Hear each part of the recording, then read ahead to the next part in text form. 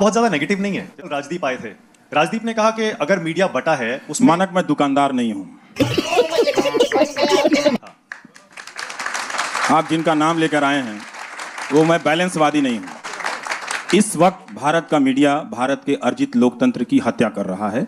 ये बात तथ्य है, ये सकारात्मक नकारात्मक की बात नहीं है। मैं राजदीप को सिर्फ इसलिए कोट कर रहा हूं। वो आप राजदीप को कोट कर दें, मेरे एडिटर रहे हैं, आप किसी को भी कोट कर दें, लेकिन जो मैं अपनी बात कहता हूं वो मैं बात कहता हूं। और दोस्तों आज की ये डिबेट बेहद ही शानदार होने वाली है, क्योंकि इसमें आप देखने वाले हैं रवीश कुमार को गोदी पत्रकार मानक गुप्ता की धुलाई करते हुए। दोस्तों मानक गुप्ता का कहना था कि रवीश कुमार अब बहुत ज़्यादा ही नेगेटिव हैं, और क्या आपको नहीं लगता कि आप भी पत्रकारिता में पक्षपात करते हैं। जिसके बाद दोस्तों रवीश कुमार ने इस गोदीगिरी वाले सवालों का बहुत ही शानदार तरीके से जवाब दिया, जिसे सुनकर आप भी रवीश कुमार की तारीफ करने को मजबूर हो जाएंगे। तो चलिए इस मज़ेदार सी डिबेट को स्टार्ट करते हैं।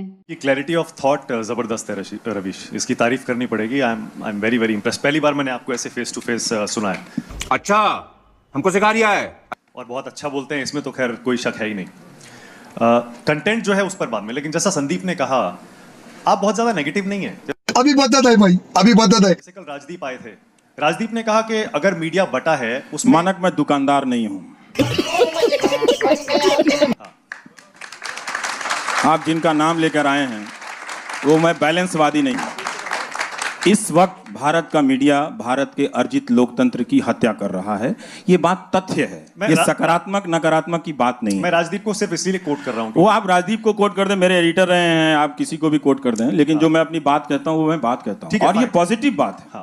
मैं मर्डर को आप मर्डर नहीं कहेंगे तो क्या कहेंगे?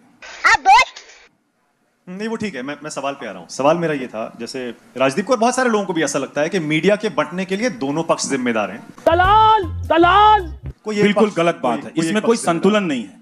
90% मीडिया अगर एक तरफ हो जाए तो ये दुकान नहीं चलानी चाहिए कि दोनों तरफ के लोग बट गए हैं।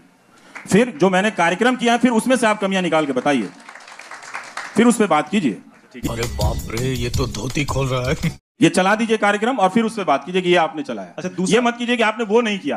तो मैं भारत का तो अखबार नहीं हूं भाई कि 300 खबरें लेकर रोज छप जाया करूंगा। मैं तो कोई एक ही करूंगा ना।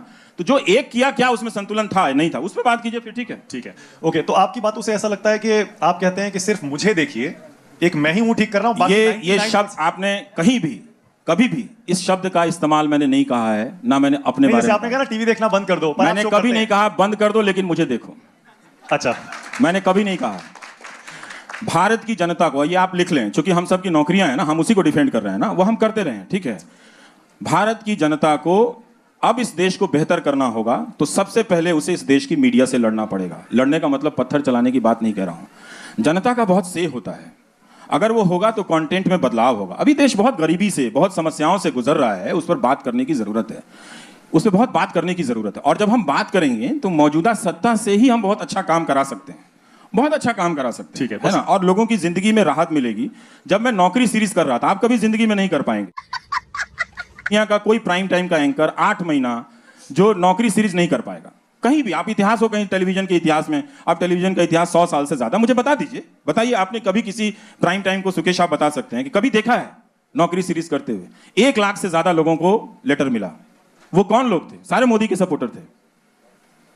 और वो जब आए तो उन्होंने कहा कि मीडिया बिक गया है, हम आपके पास आए हैं। उन्होंने मुझसे झूठ नहीं बोला, उन्होंने कहा हम मोदी जी के सपोर्टर हैं, लेकिन हम चाहते हैं आप मेरी आवाज उठाएं। मैंने कहा आपकी कहानी सही होनी चाहिए, बस किसके सपोर्टर है, मेरा उसमें बिजनेस नहीं है। ओके, बस एक चीज और है, जैसे आपने कहा कि आपको 1 मिलियन लोग देखते हैं, वाकई आपकी बहुत फैन फॉलोइंग है, बहुत लोग देखते हैं आपको, लेकिन बाकी लोगों को आप डिसमिस क्यों कर रहे हैं? उनको भी उसी यूट्यूब पर मिलियंस ऑफ मिलियंस तुलना कर लीजिए। नहीं तुलना नहीं, वैसे बता जरूर उनको। मैंने ये भी कहा कि सारी दुनिया मुझे नहीं देखेगी। नहीं, आपने कहा टीआरपी आती है तो वो गलत है, उसको नहीं मानते, पर यूट्यूब पे उसी प्लेटफॉर्म मैंने उसको एक उदाहरण दिया है कि ऐसा नहीं है कि लोग मुझे नहीं देखते हैं, ठीक है, ऐसा नहीं है कि लोग मुझे नहीं देखते, मुझे भी देखते हैं। और मैंने संदीप से ये भी कहा कि और ये कभी भी मुमकिन नहीं होगा कि सारे लोग मुझे देखें, हो ही नहीं सकता है, और ऐसा होना भी नहीं चाहिए।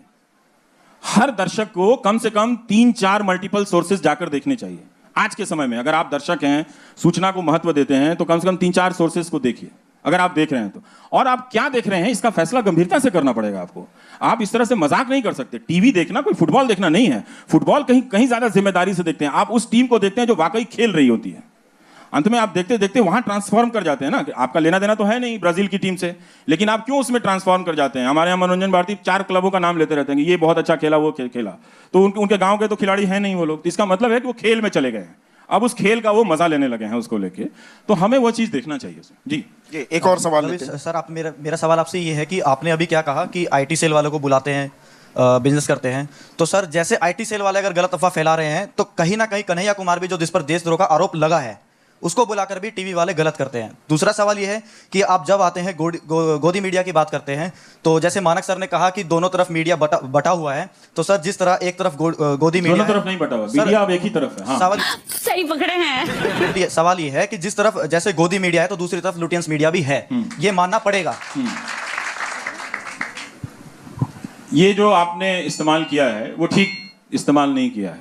जो गोदी मीडिया है वही लुटियंस मीडिया है, समझे? ये वही बात। और ये जो लटियन जर्नलिज्म का इस्तेमाल कर रहे हैं ना आप, ये आप जरा सा सर्च कीजिएगा, ये भी मेरा ही इस्तेमाल किया हुआ शब्द है, ठीक है? और मेरे दोस्तों से पूछ लीजिए कि पार्लियामेंट में खड़ा होकर मैं बोलता था कि ये लाल पत्थर पत्रकारिता है, यहां से निकल के वहां से लेके बाइट ले लो, इजी जर्नलिज्म है, लेजी जर्नलिज्म है। तो इसलिए आपने कन्हैया कुमार का उदाहरण दिया, 2 साल हो गए हैं, उस वीडियो का भी कुछ पता नहीं है, ठीक है? अब मुकदमा आ रहा है तो आप आरोप पे कह रहे हैं कि उसको कर देने के लिए, ठीक है?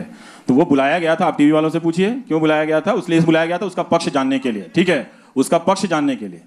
अगर कोई नारा लगा देने से, इस देश में सुप्रीम कोर्ट का कानून भी तो है, देश का कानून भी है, वो देशद्रोही नहीं हो जाता। वो नहीं होता तब भी लोग उसको देशद्रोही कह रहे हैं। नहीं, यहाँ पर भी रवीश एक और दिक्कत हो गई है।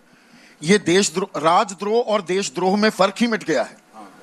आप सरकार के खिलाफ आवाज उठाएं, राजद्रोह कर रहे हैं, आप देशद्रोह नहीं कर रहे हैं, पर ये अंतर मिट चुका है आज की तारीख में। मतलब अब तो आज का अगर माहौल होता तो लोग इमरजेंसी के समय सुप्रीम कोर्ट जिस तरह से झुक गया था उसकी आलोचना ही नहीं कर पाते, आज का अगर माहौल होता तो। लेकिन तब आलोचना हुई थी।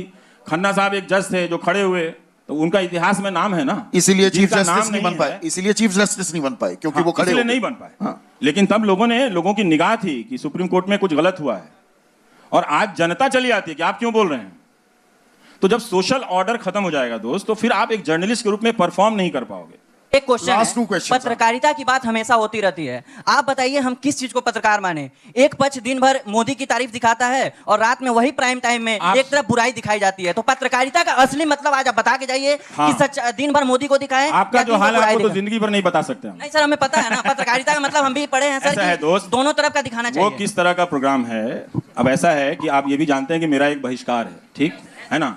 नहीं, मेरा बहिष्कार है, नहीं, उससे कोई फर्क नहीं। तो मैं लोकप्रियता के दबाव में अपनी बात थोड़े ऐसा थोड़ी है कि मैं छोड़ दूंगा, क्या नहीं? कमाल है। यही चीज तो हमें समझना है कि एक दिन हमको अपने फैन के खिलाफ भी बात करना पड़ेगा। और मैं तो कहता हूं कभी किसी का फैन नहीं बनना चाहिए। आपको पता है ये लाइन किसने कही थी? और आपको पता है मैंने अपने ब्लॉग पे क्या लिखा है? कभी रवीश कुमार मत बनना। पढ़ा है आपने? नहीं। पढ़िएगा, है ना? हाँ, एक्चुअल मतलब क्या होता है, न्यूज का क्या मतलब होता है, एनालिसिस का क्या मतलब होता है। हमने कहा ना कि आप वहां तुलना कर रहे हैं, आपने ये नहीं बताया कि वहां कौन सा प्रोग्राम चल रहा था, यहां कौन सा प्रोग्राम चल रहा था। वहां 2000 के नोट में नकली चिप बताए जा रहे थे, जीपीएस, उससे तुलना करना चाहते हैं आप? नहीं सर, बिल्कुल। तो किस चीज से तुलना करते हैं? आप उदाहरण देकर बात करते तो आपका सवाल और अच्छा हो सकता था मैं फंस भी सकता था जी। एक और सवाल ले लेते हैं, लास्ट उदाहरण नहीं दिया, वो आप इधर बैलेंस वाला करने लगे। वही मैं जो मानक से कह रहा था, मैं दुकान नहीं चलाता हूं, मैं अपना करता हूं। तो अगर आपको मुझसे सवाल पूछना तो मेरे शो पे रिसर्च कीजिए। क्या मेरा शो आलोचनाओं से परे है? बिल्कुल ही नहीं है, बिल्कुल नहीं है। बात है सर, क्या बात है सर, क्या बात, ये बात है।